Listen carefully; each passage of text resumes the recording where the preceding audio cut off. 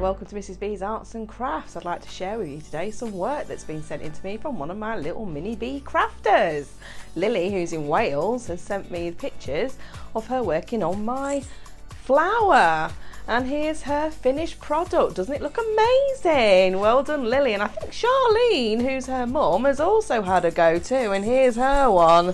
Very interesting. Keep sending me in your pictures, guys. Remember to email me at mrsbsartsandcrafts@gmail.com. Take care.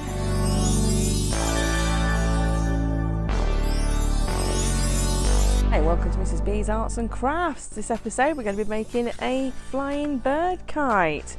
All you're going to need is some paper, some string. Don't forget you can always stick some feathers on him if you want to as well from your craft stash. Let's get on with it. Okay, the first thing you're going to need is a piece of yellow paper, and what I've done is I've folded it in half. So a piece of A4 straight down the middle and in half. Keep it this way up. Okay, you're going to need then a stapler, and we're going to fold the corner to the top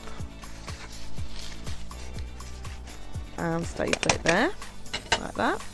Then we're going to do the same again on the opposite side. You can see it looks a bit like a paper aeroplane at the moment, doesn't it? And staple that one just like that. Okay, so that's the top of him. This is where his eye is going to go, and this is where you're going to put his tail in a minute. Okay, so you need some orange paper, and I've cut it into a shape of a triangle. This is going to be his beak.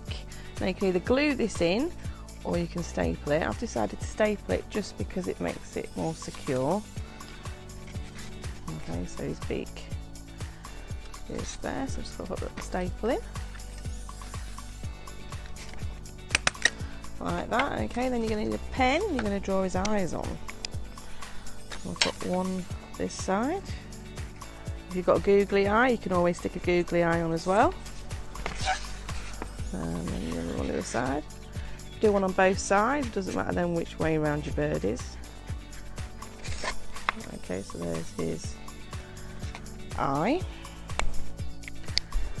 Then what you're going to do is cut him a tail, some tail feathers.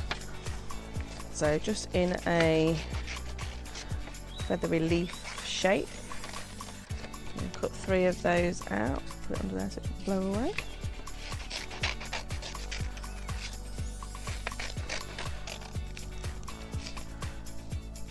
You can always draw these first before you cut them, but they don't have to be perfect.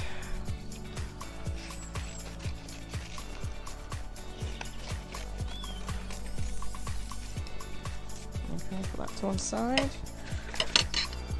So now again, you could glue these together if you wanted to. Just make a little fan shape like this, so it's your 3 feathers. I might put that one in there so we've got the point at the end.